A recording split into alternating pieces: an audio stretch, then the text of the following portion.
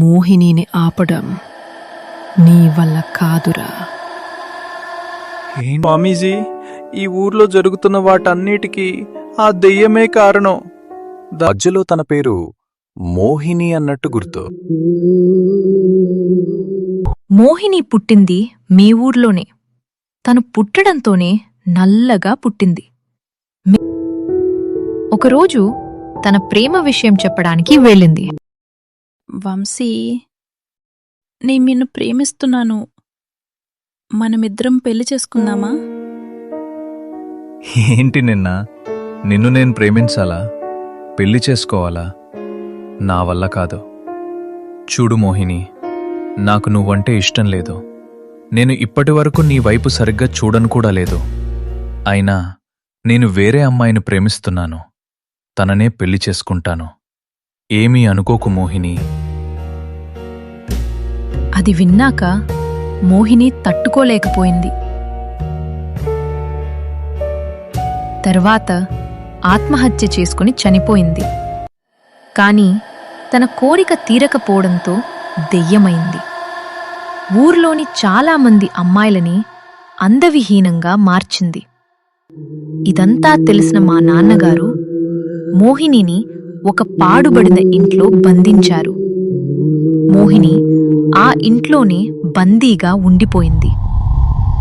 ఎవరో ఆ ఇంటిని తెరిచి ఉంటారు. అందుకే మోహిని మళ్లీ బయటికి వచ్చింది.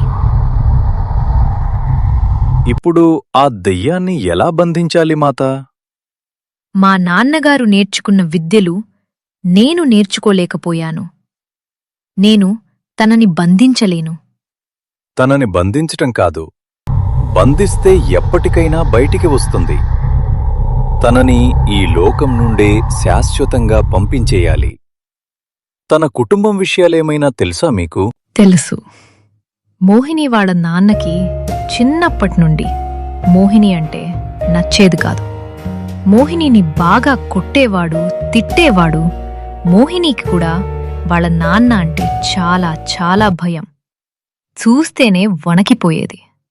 ఇప్పుడు వాళ్ళ నాన్న చనిపోయారు. కాని మోహినికి ఒక అన్నయ్య కూడా ఉన్నారు.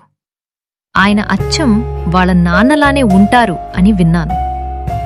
వాళ్ళ అడ్రస్ చెప్తారా? మీ ఊరికి చివర్న ఉన్న శివాలయానికి ఎడమవైపున ఉన్న 2వ వీధిలో చివరి ఇల్లు.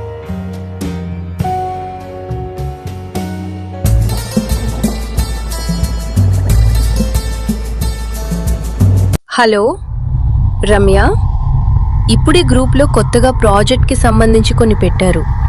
అవి రేపు చెప్పాలి అంట. త్వరగా మా ఇంటికి రా, వాటిని చేద్దాం. ఇప్పుడు అమ్మకి చెప్తే వెళ్ళొద్దు అంటుంది. అమ్మకి చెప్పకుండా వెళ్దాం.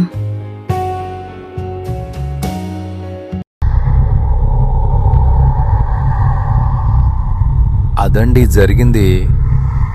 దయచేసి నాకు మీ సహాయం కావాలండి. ఏయ్, ఆగవే! ఇప్పుడు నీ అందం ఎలా అందవిహీనమవుతుందో చూడు. మోహిని, ఆగు! ఎంత ధైర్యమే నీకు?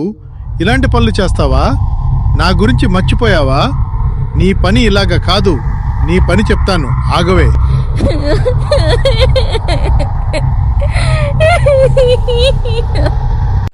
నానా, నానా నన్ను కొట్టద్దు నానా. నానా నన్ను ఏం చెయ్యొద్దు నానా. నానా నానా నన్ను వదిలేసే నానా.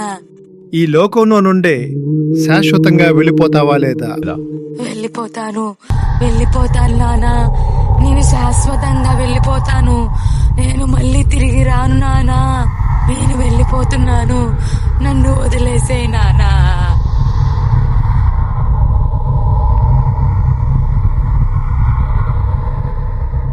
థ్యాంక్ యూ అండి, మీ వల్ల చాలా పెద్ద సమస్య తీరిపోయింది.